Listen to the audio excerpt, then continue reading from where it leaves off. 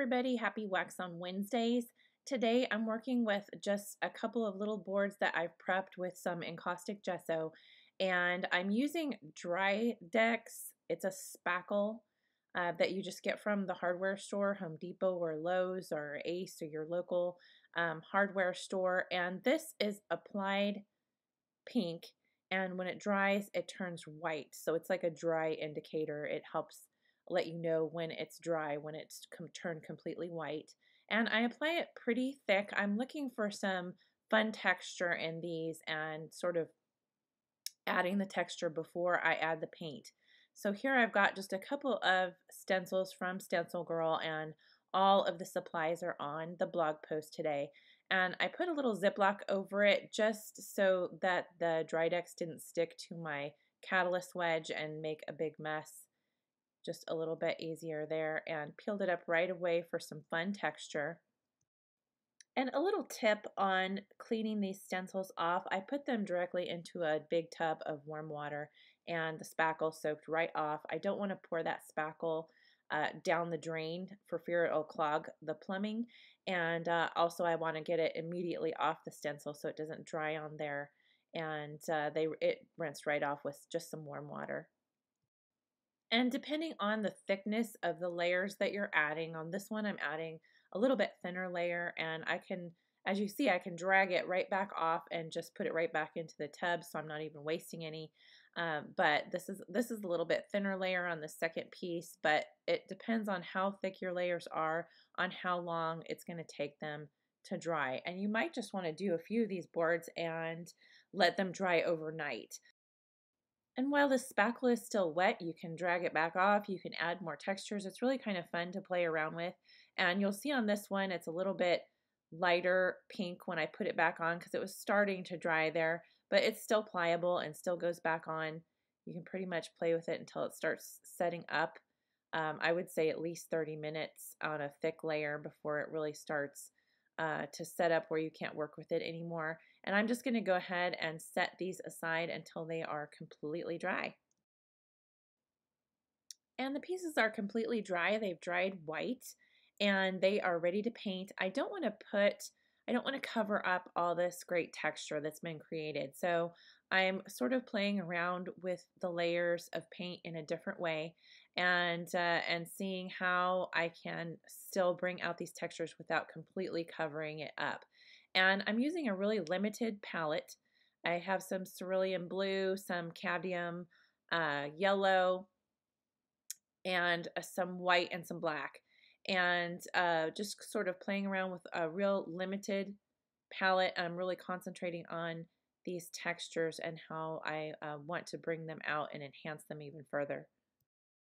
These oil colors were all mixed with Dorland's wax this week. This is a Dorland's cold wax medium that I've used, and it's pretty much a 1-to-1 ratio on these. And you can see where that paint just immediately brings out that great texture in that spackle. And I'm using a catalyst wedge this week. This is my favorite tool. It's the number 6. And you can see here, I'm going to try to wipe it with a paper towel, and it's just kind of getting smeary and smudgy with that paper towel. It didn't work nearly as well as that catalyst wedge. That catalyst wedge is a sort of just like a rubber spatula where it will pull at that paint and really bring back out that texture in the spackle, where the paper towel just sort of left it smudgy and didn't really do anything. So I'm going to stay with the catalyst wedge on this.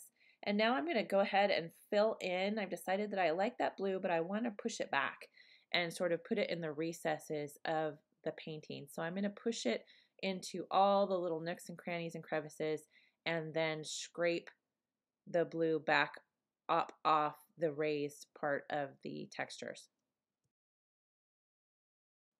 And then to sort of make the textures really pop out, I'm going to very, very lightly go over this with my catalyst wedge with the black. And I'm not pushing into the recesses of this painting. I'm just sort of going over very, very lightly to apply the black right on top and really make that, that pattern really pop out. And now I'm just going to sort of play around with those paint layers until I'm happy with the paint. And it's just kind of an experiment and a journey, going back and forth and adding some paint, removing it if I don't like it. I'm doing this all in the same in the same sitting, all wet on wet. So it would have a very different look if you would let each layer dry and then go in and add it on top of a dried layer. This is all wet on wet, so I can wipe it back off. I can scrape it back off with the catalyst wedge, or I can add more to it. And this is another one of the wonderful things about cold wax, is that you can play around with these layers wet on wet and achieve one look, and you can let it dry in varying stages. You can let it completely dry or partially dry and get completely different looks by going back in and scraping back into the wax or adding layers over the completely dried wax. So there's so many different approaches and layers and techniques and fun that you can have with cold wax. It's really fun to play around on these small boards and just see what will happen. And just to let you know, there has been 2 brand new online workshops added to the website, and one of them is Cold Wax Journal Journey, which begins on November 8th, and the early bird registration is now open, and it's 25% off now through July 20th. If you'd like to see all the details, you can see for the workshop, it's on ShariReplogle.com. And I've also posted a link for the workshop here in the description box below the video.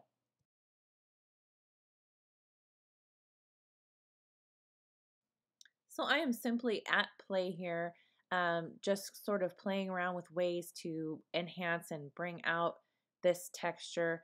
And I'm going to go ahead and use one of the new spatulas from the set I got a few weeks ago, and that is also posted on the blog. It's a great set on Amazon that has all sorts of different blades on it for some really cool textures in the cold wax and in caustic as well. So I posted that on the supply list as well if you want to check it out on the blog. Here on this one, I added some lighter color, and I decided that I really didn't like that at all. So I spent a couple of layers trying to get back to that dark, that blue on the bottom and black on the top, and it takes a little while to get back to it, but eventually I get back to the look that I want. And sometimes we change things and we find out that that's not the path that we wanted to take, so we kind of take a couple steps back, and that's okay too, because it's all exploring and seeing what the which way the cold wax will take you.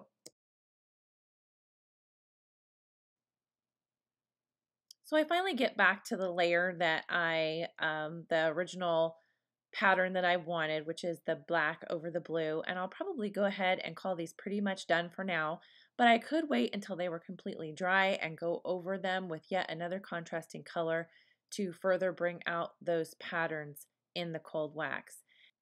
So I hope you really enjoyed this week's cold wax techniques and find them useful in your own cold wax projects.